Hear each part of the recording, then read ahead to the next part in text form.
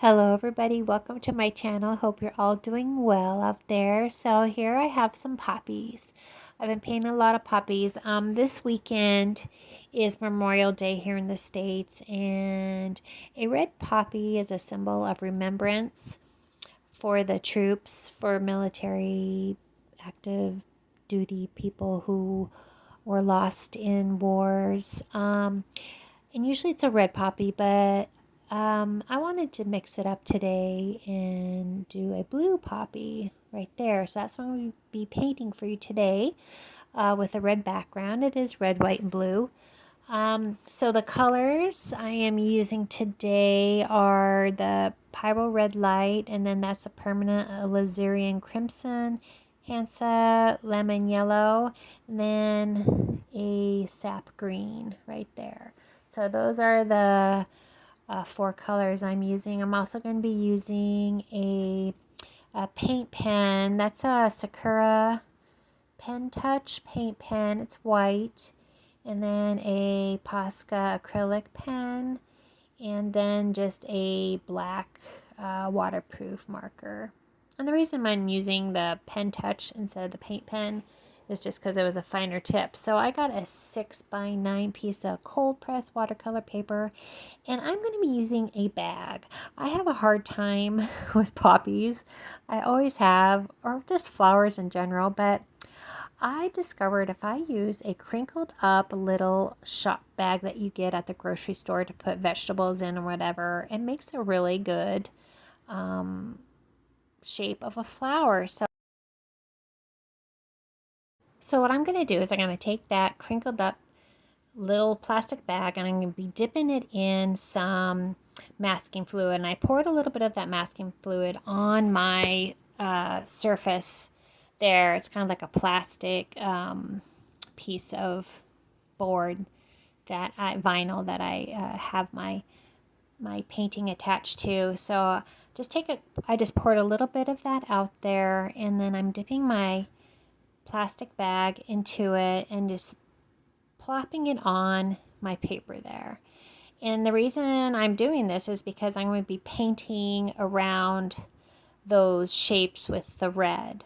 And I just find this method easier for me especially if I'm painting such, vibrant colors. I do like to use masking fluid sometimes to preserve white, of course, and then also to do things this way if I'm going to be using a bright color and such that I want to preserve the white for. So there I'm just using a little as possible and pouring it on my vinyl sheet there, and then just taking my little crinkled up bag and just placing where I want the poppies with that bag. I'm trying to do kind of different shapes, some smaller, some bigger. I'm really not too worried about it because you can, after it's dry, you can come back and just peel it off. If you don't like, the composition of it, where you put it, the size of it, whatever, you can always just come back and take them off. As I'm doing right here, it's dry now, and I didn't like where some of them were at. So I'm just using my little eraser there and just removing the ones I didn't like before I put my paint on.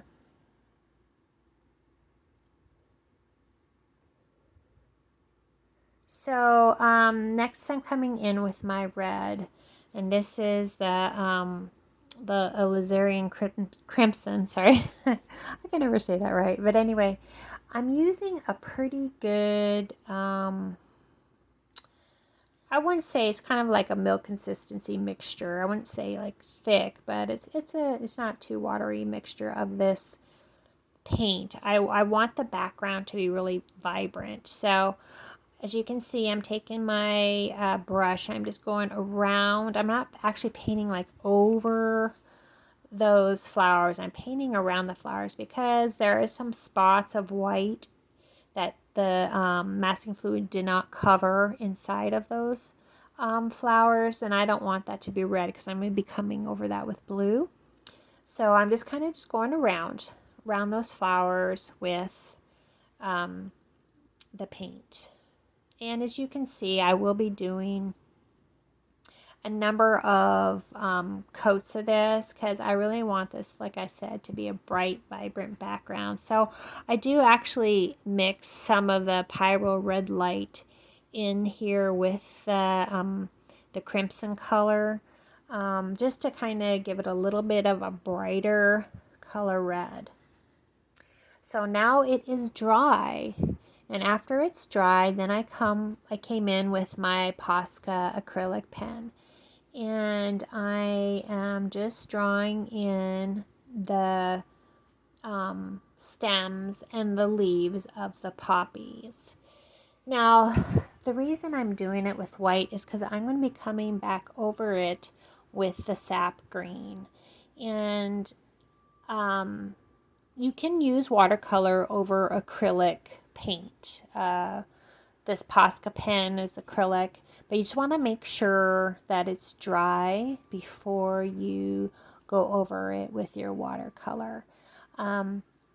I mean, I could go over it with the green if I wanted to and use no white, but then if you put sap green over red, it becomes a dark color, and I want the green to pop out. So I'm just going over it with the white acrylic, and then we're drying it with the white acrylic, and then I will be going over it with the sap green. And this is this isn't a I'd say a realistic painting. It's kind of like a whimsical, impressionistic painting of poppies. So you can do whatever you want with it. You don't have to put leaves. You can just do the stems. Whatever, looks good to you. And then I'm putting in some dots there with my Posca pen. And so then now it's dry, and I'm coming in with my sap green. And I'm just going over that acrylic paint with my sap green.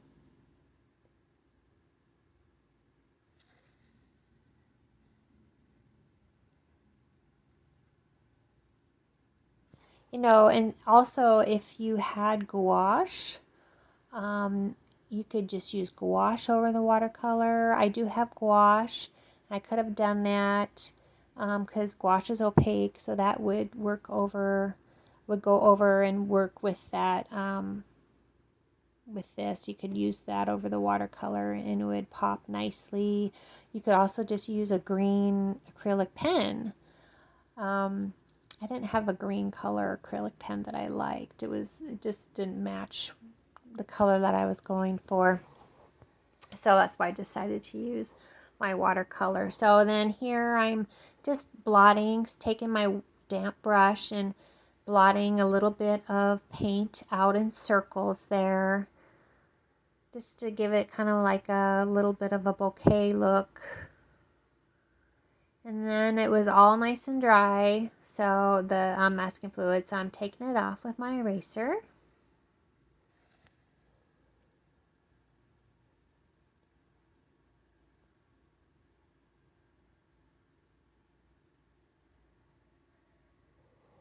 So now it's coming with the blue. I'm using the, gosh, I didn't point that out in the beginning. That's funny. This is ultramarine blue. I'm so sorry.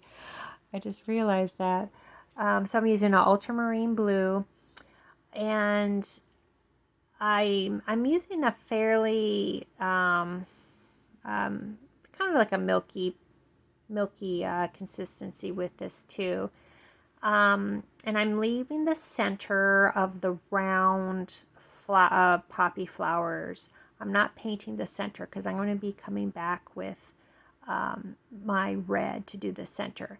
Now some of them, the ones that aren't open, I'm like doing a wet and wet. I'm wetting it first, then adding the paint. And then I'll be doing it with some of these bigger ones too. So I'm just doing each one a little different. They're not all the same. The first one I just did a wet on dry, and then these other ones I'm doing wet on wet. As you will see, I'm dropping a little water on the one on the right there, and there I just, these ones, those smaller ones, I did some wet on wet. I wet it first, then just dropped in some of the ultramarine blue, because ultramarine blue does spread nicely, as you can see. I really do like ultramarine blue, and it looks really nice against this red, and it keeps with the red, white, and blue theme that I was going for. So each one's a little different. Just, just doing it, whatever felt right at the time. I really didn't have any plan of how I was going to do the flowers. I just knew the colors that I was using, and that's about it.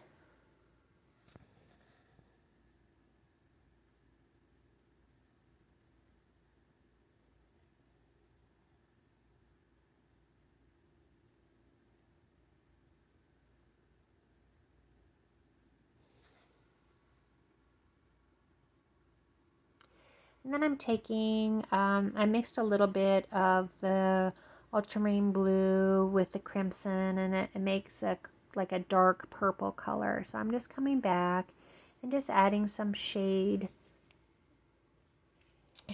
to the stems and the leaves. And I'm also darkening some of the areas on the flowers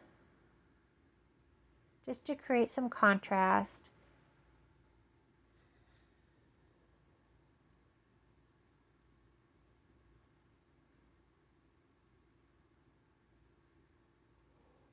Now with this painting, you could also not use masking fluid and just paint in your flowers and then paint around the flowers with the whatever color you want, with the red, if you wanted to use these colors.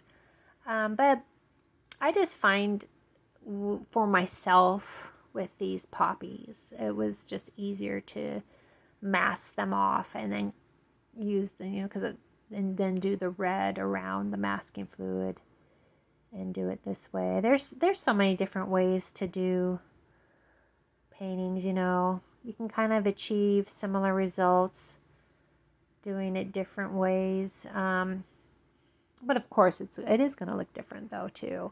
So I haven't tried that way yet with these colors. Maybe I'll try that as a little test subject and see what that looks like. Okay, so now I'm taking the red. I'm going into the center that it was dry. I'm using the Pyro red light for the center there, and then I'm taking a thick mixture of it and dabbing it around the flower, around the middle of the flower, just to create kind of some, some interest, make the center look darker and stand out.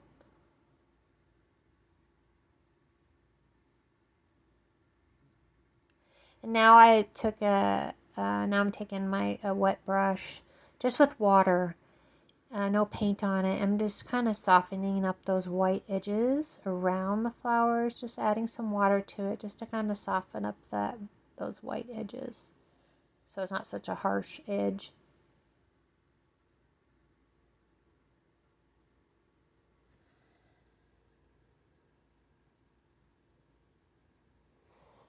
Now I'm coming in, time to come in with my white paint pen. And I'm just, creating little marks around the inside of the flower with my paint pen. I mean, you can use any white pen you have, gel pen. You can even use bleed-proof white. You can use gouache. Just something that's nice and white. Creates that contrast for the center there. This paint pen, I haven't used it too much, but I like it. It works pretty well. And like I said, the only reason I use it because it had a fine tip. Normally I use my Posca, but my Posca was a little too thick for this. And my gel pen, I don't know, I'm having issues with my gel pens. I need to find a gel pen I like. Sometimes they work, sometimes they don't.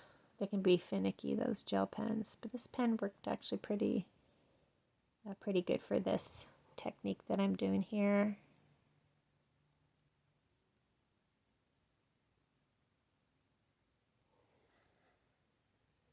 Then I'm adding some more dots to the closed flowers to the top there. And I came with my black marker, and I'm just, the little spots where I had taken off some of the paint, I was just making some little swirls. And then I came in just to darken the outside of the middle there, just to give a little bit of a contrast. A fine line of black there. Then I wanted to add a little shading, so I'm taking that purple that I had mixed up with the blue and the crimson, adding a little bit more shading to the bottom, a little bit more to the stems and the leaves.